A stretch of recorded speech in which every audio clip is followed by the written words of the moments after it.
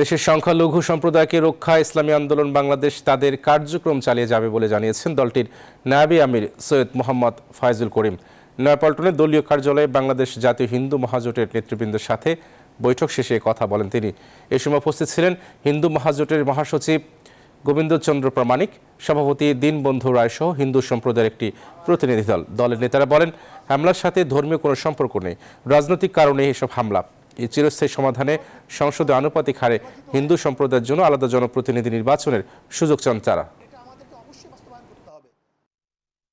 আমরা মিলেমিশে আছি, পৃথিবী দেখুক, সকল রাষ্ট্র দেখুক যে না, বাংলাদেশে কোনো সাম্প্রদায়িকতা নাই। আপনারা সাম্প্রদায়িকতার বিষ বক্র তুলে দেবেন। আমরা বুঝতে পেরেছি যে পরাজিত শক্তি এখন হিন্দুদেরকে ঢাল বানিয়ে দ্বিতীয়বার অরাজকতা সৃষ্টি করার চক্রান্ত করবে। আমরা মুসলমান, হিন্দু, খ্রিস্টান, বৌদ্ধ সবাই এক হয়ে দেশটাকে গড়ব, এই দেশটাকে সামনে অগ্রসর করব, এই দেশটাকে সামনে নিয়ে যাব।